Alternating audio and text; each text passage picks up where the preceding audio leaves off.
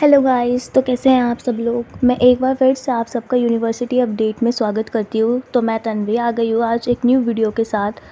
तो आज की video second and fourth semester के स्टूडेंट्स के लिए बहुत ज़्यादा स्पेशल रहने वाली है, क्योंकि ये मोस्ट इंपॉर्टेंट क्वेश्चंस की वीडियो है जो इंग्लिश फ्लुएंसी पार्ट 1 की वीडियो बनने वाली है। तो इस वीडियो से आपको मोस्ट इम्पॉर्टेंट क्वेश्चंस जो आपके एग्ज़ाम में आने वाले हैं उनके बारे में आपको पता चल जाएगा, आप उन चीज़ को समझ पाएंगे।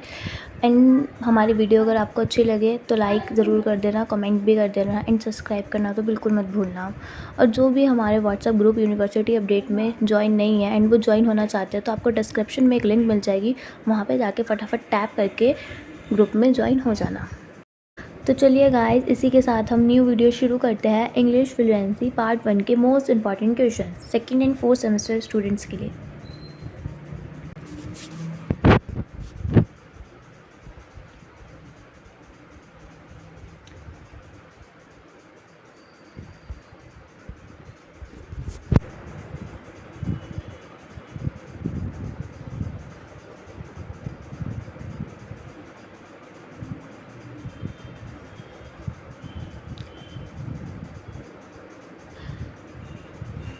सो गाइस, स्टार्ट करते हैं।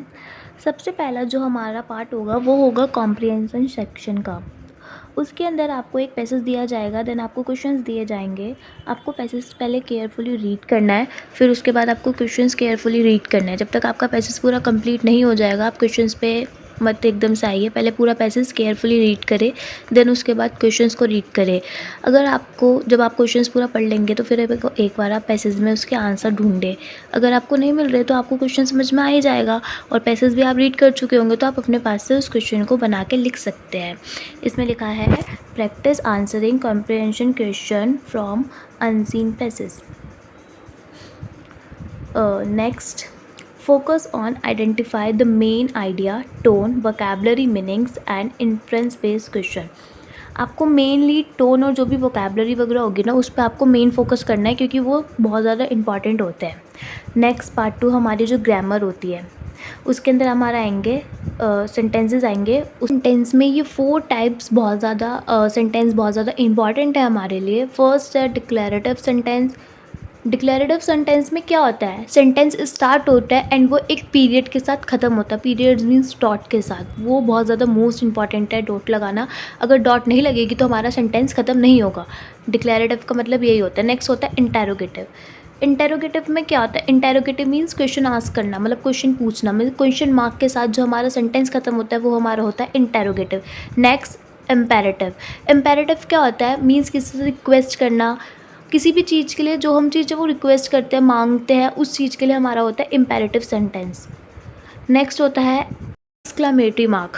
एक्सक्लेमेटरी मार्क होता है जो भी हमारे एक्सप्रेशन होते हैं, हम जो भी फील कर रहे होते हैं, जो हमारे एक्सप्रेशन होते हैं ना, उसको एक एक्सक्लेमेटरी मार्क के साथ सेंटेंस को ख़त्म करना। तो आई होप आपको ये चारों सेंटेंस समझ में आ गए होंगे। तो नेक्स्ट है हमारा वर्ब। वर्ब भी हमारी बहुत इम्पॉर्टेंट है, जो हमारी आती ही आती है। तो प्लीज़ आप ये सेंटेंस वर्ब पे एक बार ध्यान दें, ग्रामर में ये सब चीज़ें बहुत ज़्यादा इंपॉर्टेंट होती है। नेक्स्ट है हमारे articles A N the. A N दी बहुत ज़्यादा इंपॉर्टेंट है, तो इन पे बहुत ज़्यादा ध्यान दें। फिर आते हैं हमारे टेंस, पास्ट प्रेजेंट फ्यूचर, जो बीत गया, जो आने वाला है, जो चल रहा है, ये सब आपको पता ही होगा। तो इन पे भी एक बार, टेंसेस पे भी एक बार आप ध्यान दें। डायरेक्ट एंड इनडायरेक्ट स्पीच, ये भी बहुत ज़्यादा इंपॉर्टेंट होती है। Then active and passive voice. Active and passive voice का मतलब यही होता है कि एक कमांड देता है, दूसरा उस कमांड को रिसीव करता है।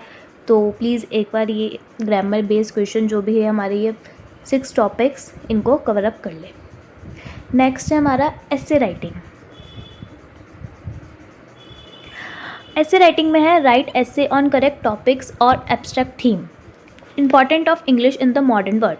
मीन्स हमें एक ऐसे लिखना है, जो हमें टॉपिक दिया जाएगा उसके ऊपर हमें ऐसे लिखना है और उसमें मॉडर्न वर्ड का भी यूज़ करना है, ताकि जो टीचर है उस पर इंप्रेशन अच्छा पड़े एंड हम ईजिली लिख पाए उन चीज़ों के बारे में। Impact of technology on communication, climate change and its effect. Technology on communication के बारे में भी आ सकता है, ये एक मेन है, तो इस पर अपना ध्यान दें। फिर हमारे पास आएगा लेटर राइटिंग, फॉर्मल लेटर वो होते हैं जो हम प्रोफेशनल्स को लिखते हैं, लाइक जो भी हम जहाँ पे कंपनी में जॉब करते हैं, हमें किसी बाहर किसी एडिटर वगैरह को लिखना है, किसी मैनेजर को लिखना है, तो वो हम उसके लिए हम लिखते हैं फॉर्मल लेटर। तो फॉर्मल लेटर भी आप लोग एक बार ज़रूर प्रैक्टिस कर लें। फिर आता है लेटर टू एडिटर, फिर आता है लेटर फॉर जॉब एप्लीकेशन। तो ये तीनों लेटर बहुत ज़्यादा इंपॉर्टेंट होने वाले हैं, तो इन तीनों लेटर को आप एक बार ध्यान से एकदम रीड कर ले, इनका देख ले कैसे इनके स्ट्रक्चर वगैरह होते हैं, इनको कैसे लिखते हैं, तो प्लीज़ इसको ध्यान से देख ले एक बार। फिर हमारा आता है इनफॉर्मल लेटर। इनफॉर्मल लेटर वो होता है जो हम अपने घर के लोगों को लिखते हैं, लाइक अपने फ्रेंड्स एंड फैमिली मेम्बर्स, इन सबको। Write to a friend about a recent trip. तो हमें अपने फ्रेंड को अपनी रीसेंट ट्रिप के बारे में बताना है, इसके ऊपर एक लेटर लिखना है, तो ये ईजी है, हो जाएगा। Paragraph writing coherent and concise paragraph on. अब कोहेरेंट का मतलब क्या होता है? कोहेरेंट का मतलब वो होता है जो एक सीक्वेंस में वर्ड्स चले और हम एक सीक्वेंस में ही मीनिंगफुल चीज़ जो हम लिख रहे हैं ना, वो उसे कंप्लीट कर दें। और कॉन्काइज का मतलब होता है कि थोड़े ही वर्ड्स में हम पैराग्राफ ख़त्म कर दें बट उनका एक मीनिंग हो। तो इन दोनों के मतलब अलग अलग होते हैं, तो प्लीज़ इनको ध्यान से पढ़ें और इनके मीनिंग को समझें। तो role of education in society, importance of reading, benefits of healthy living, ये तीनों ही बहुत ज़्यादा इंपॉर्टेंट टॉपिक्स है, तो प्लीज़ इन पे एक बार देख ले, इनको कवर अप ज़रूर कर ले, इनको स्किप ना करें। देन उसके बाद आते हैं हमारी vocabulary, synonyms and एंटोनियम्स, idem and phrases, words often confuse. Synonym and एंटोनियम्स तो सबको ही पता है कि सिनोनिम का मतलब होता है कि जिनके मीनिंग सेम होते हैं, एंटोनिम्स जिनके मीनिंग सेम होते हैं बट उनके सिनोनिम्स वो जिनके मीनिंग सेम होते हैं, वर्ड्स भी सेम होते हैं, बट एंटोनियम्स का मतलब होता है उनका बिल्कुल अपोजिट।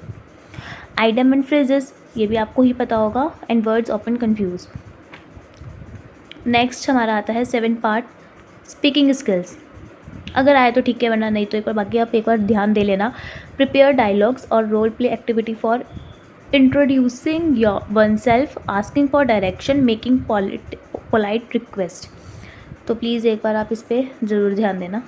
तो नेक्स्ट पेज पे हम चलते हैं। ये तो बस हमारा एक टॉपिक था जिन पे हमें ध्यान देना था, अब हम इंपॉर्टेंट क्वेश्चंस पे आ जाते हैं।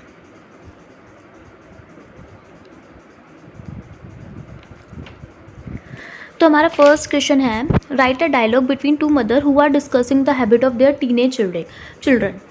तो इसमें इस क्वेश्चन का जो फर्स्ट पार्ट है उसमें ये बोला जा रहा है कि जो दो मदर है ना, वो अपने बच्चों के जो टीनेज चिल्ड्रन है उनके बारे में डिस्कस कर रही है कि उनकी हैबिट अच्छी हैबिट हो चाहे बुरी हैबिट हो, उनके बारे में डिस्कस कर रही है।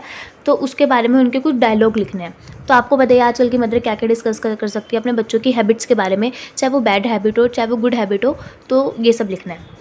राइट अ ट्वीट शेयरिंग और study plan for the exam. आपको एक ट्वीट करना है अपने एग्ज़ाम में, आपने जो भी अपना स्टडी प्लान बनाया कि हम पहले ये पढ़ेंगे फिर हम ये पढ़ेंगे, हम एक चीज़ को इतने हार्स देंगे, तो इन सब के बारे में आपको एक ट्वीट करना है। Next question, write an interview between a reporter and a budding film star. आपको एक इंटरव्यू लिखना है एक रिपोर्टर के बीच में और एक फिल्म स्टार के बीच में कि उन दोनों के बीच में क्या बातें हुई हैं, उसके ऊपर आपको एक इंटरव्यू लिखना है। नेक्स्ट है, you have recently witnessed an incident of robbery in your neighbourhood, write an FIR sharing all the relevant information about the incident. मतलब आप एक विटनेस है, आपके साइड में चोरी हुई है और आप साइड वाले घर में रहते हैं, तो आप उस चीज़ के आई विटनेस है। अब आपको FIR करनी है उन सब चीज़ों के मतलब आपके पास जो भी इन्फॉर्मेशन है, तो आपको एक FIR करनी है कि हाँ मैंने चोरी होते हुए देखा है, ये मेरे सामने हुआ है, लाइक ऐसे।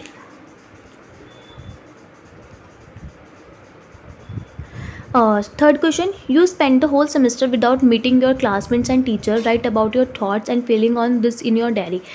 इसका मतलब है अपना पूरा सेमेस्टर आपने बिना किसी अपने क्लासमेट्स और टीचर से मिले हुए बिता दिया। अब आपको बताना है कि आप क्या फ़ील कर रहे हैं, आप क्या सोच रहे हो उस बारे में।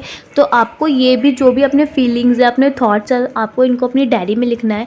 मतलब आपने पूरा सेमेस्टर अपने किसी भी ना क्लासमेट से मिले ना अपने टीचर से मिले, आपने अकेले ही स्टडी करी है, तो आप अपने थॉट्स और फीलिंग अब एग्ज़ाम टाइम पे क्या सोच रहे हो आपको उसके बारे में अपनी डायरी में लिखना है। Next question, you are travel agent, write a dialogue with a customer inquiring about the holiday tour package to Jaipur. आप एक ट्रैवल एजेंट हैं और आपने एक जयपुर का टूर पैकेज बनाया है, तो आपको तो कस्टमर को आपसे कुछ इंक्वायरी है, तो आप उस इंक्वायरी को पूरा करते हुए एक डायलॉग कंप्लीट करेंगे। Okay. 6th question, write a review from of a movie or a web series you recently watch.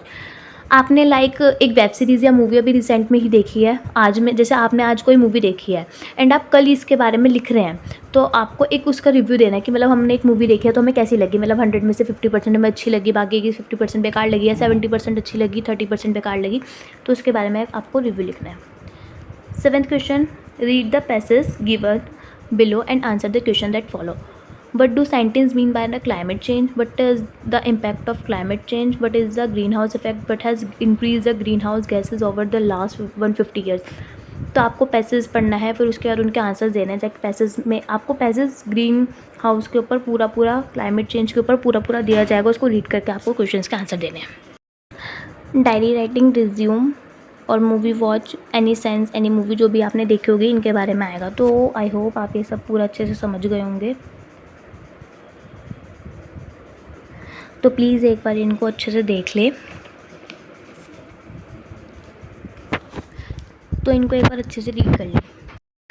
तो ये 2nd एंड 4th सेमेस्टर के स्टूडेंट्स के लिए इंग्लिश फ्लुएंसी पार्ट 1 के मोस्ट इंपॉर्टेंट क्वेश्चंस हैं। वीडियो को ध्यान से सुने, समझे, एंड जिनको वीडियो अच्छी लगी वो लाइक कर दे, कमेंट कर दे, और सब्सक्राइब करना बिल्कुल ना भूले। बेल आइकन को प्रेस ज़रूर कर देना, एंड चैनल को सब्सक्राइब भी कर दो, और ग्रुप भी फटाफट से ज्वाइन कर दे। Bye bye.